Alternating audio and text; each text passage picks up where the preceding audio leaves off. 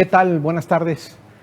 De nueva cuenta su amigo Víctor Gumaro Correa en otra de los aspectos que vamos a tratar en materia fiscal en Canal Tributario MX. Bienvenidos todos. Es importante pues determinar sobre todo la función que tiene en la recaudación en México, pues la ley de impuesto a la renta, por su importancia precisamente en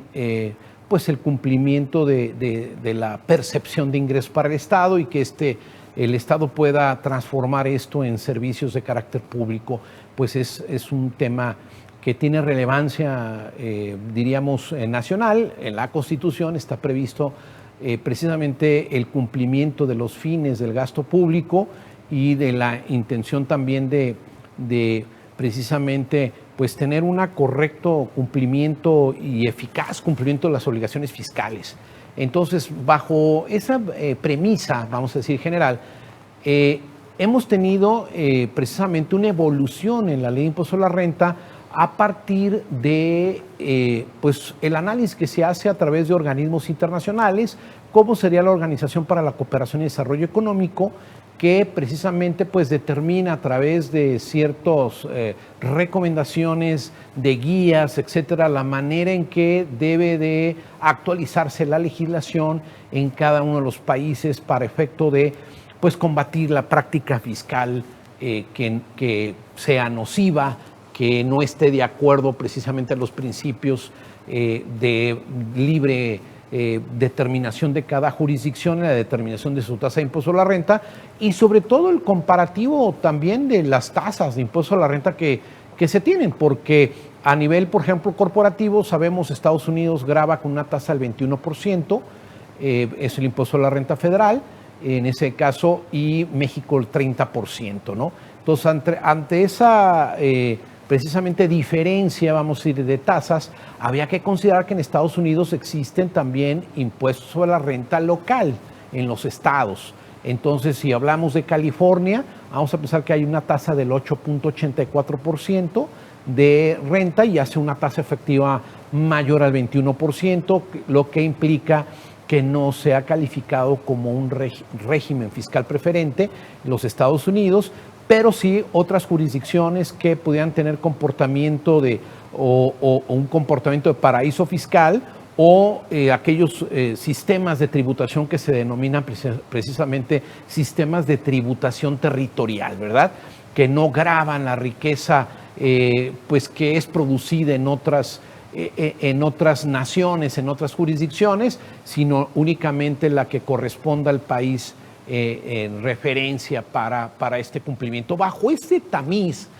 precisamente internacional, pues surge precisamente las 15 acciones BEPS, que son las recomendaciones que deben de actualizarse para evitar precisamente pues trastocar la base gravable y que no haya una transferencia indebida de utilidades fiscales, que ese es uno de los puntos, es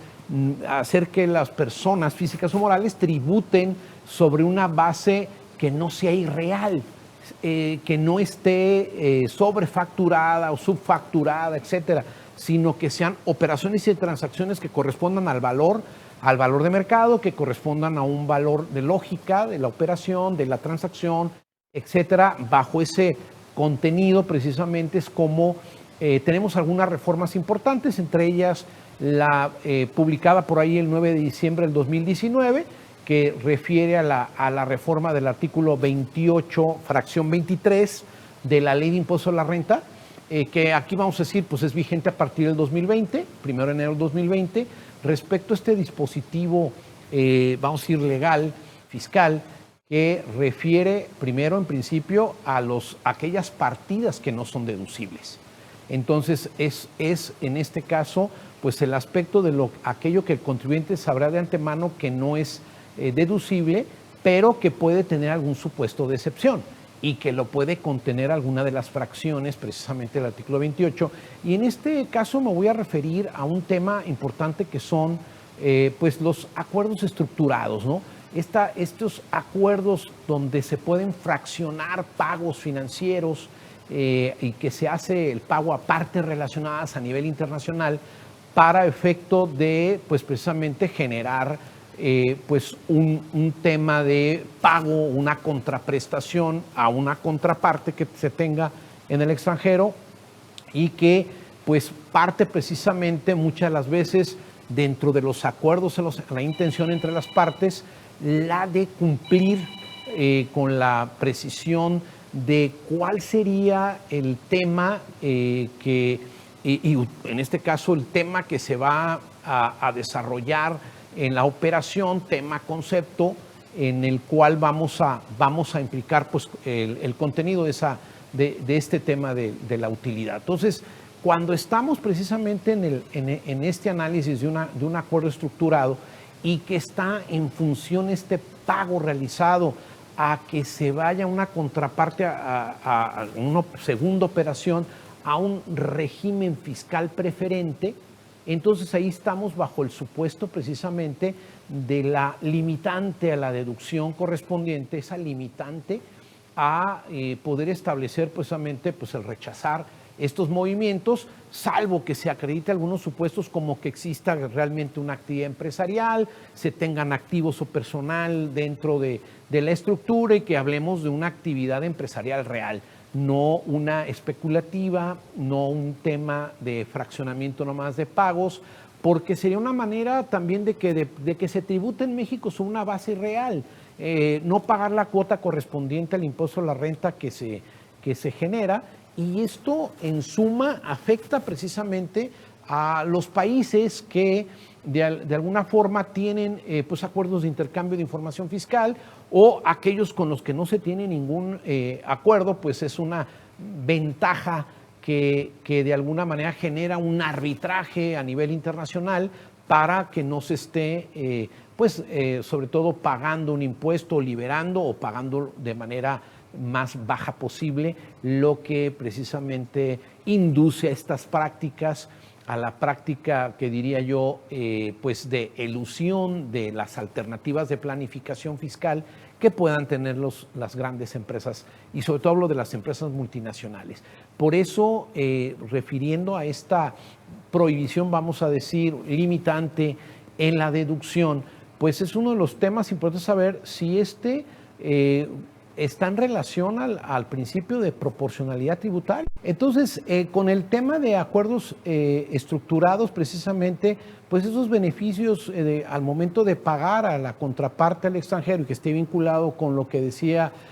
o establecía el régimen fiscal preferente o REFIPRE precisamente,